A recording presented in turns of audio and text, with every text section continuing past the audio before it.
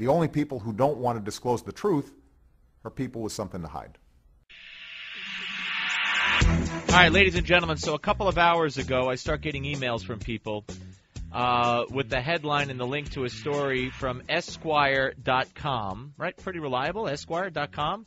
Jerome Corsi's Bertha book pulled from shelves in a stunning development one day after the release of Where's the Birth Certificate?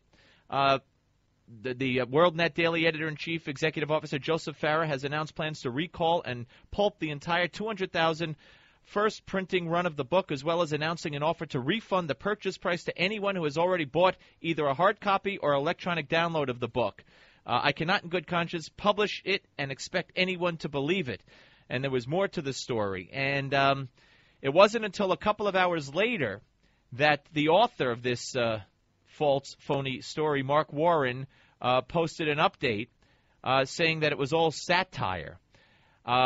Joining us now is the aforementioned Joseph Farah, editor and chief executive officer of WND.com and WND Books. Hello, sir.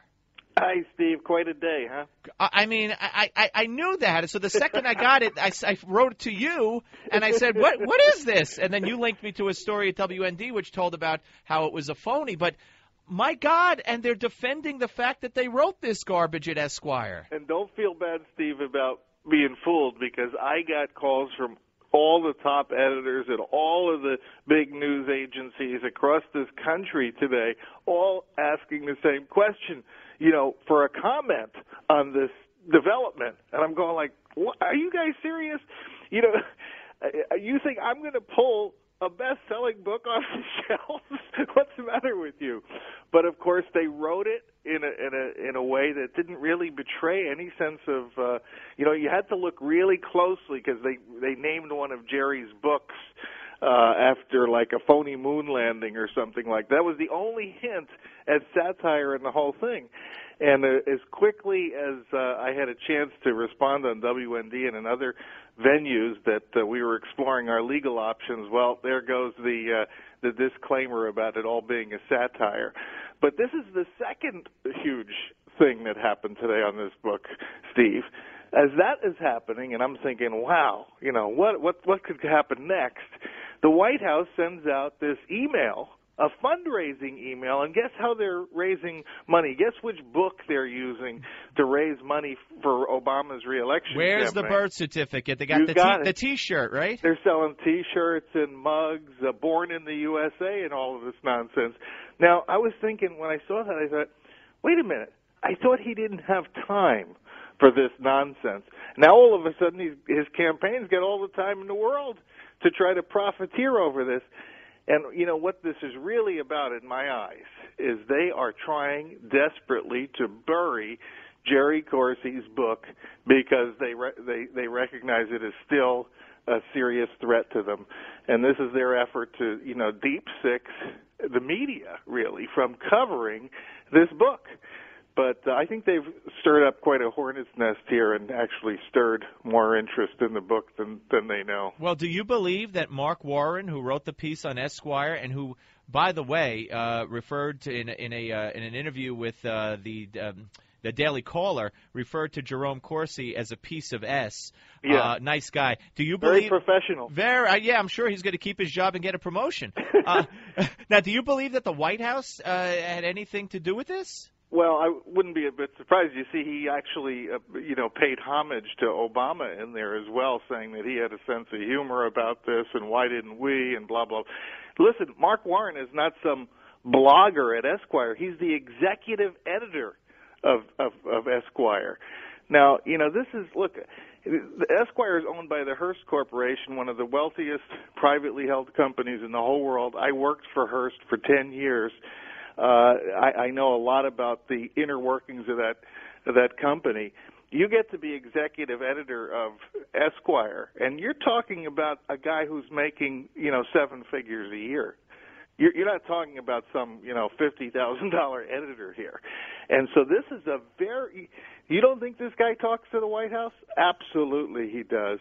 And he made his political expressions, I think, very clear in there. Yeah, I mean, I think there's a concerted effort today, bang, bang, between the White House sending out this email fundraiser and Esquire taking a shot. But they really miscalculated, Steve, because on this Esquire thing, the Wall Street Journal has already weighed in on this.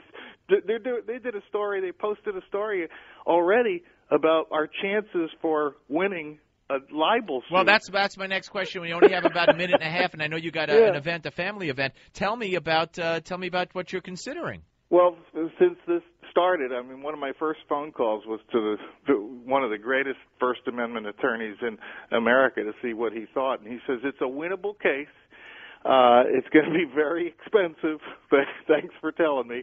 And so we are looking at doing something relatively quickly here. I wouldn't be surprised if we're able to file a motion, at least, to get this off the ground in the next week or two. And who's the attorney?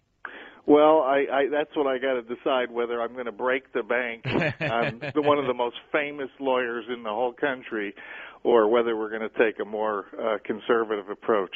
All right. So just tell me, what was your first reaction? How were you made aware of it, of the piece that appeared at Esquire? Oh, hundreds of people were emailing me, Steve, and they're taking it seriously. Yeah, well, that's the thing. And like you, they're asking me for refunds. Yes, and like you, I was getting emails from not just listeners, but from people who I know and trust, and they're saying, how could this happen? I know.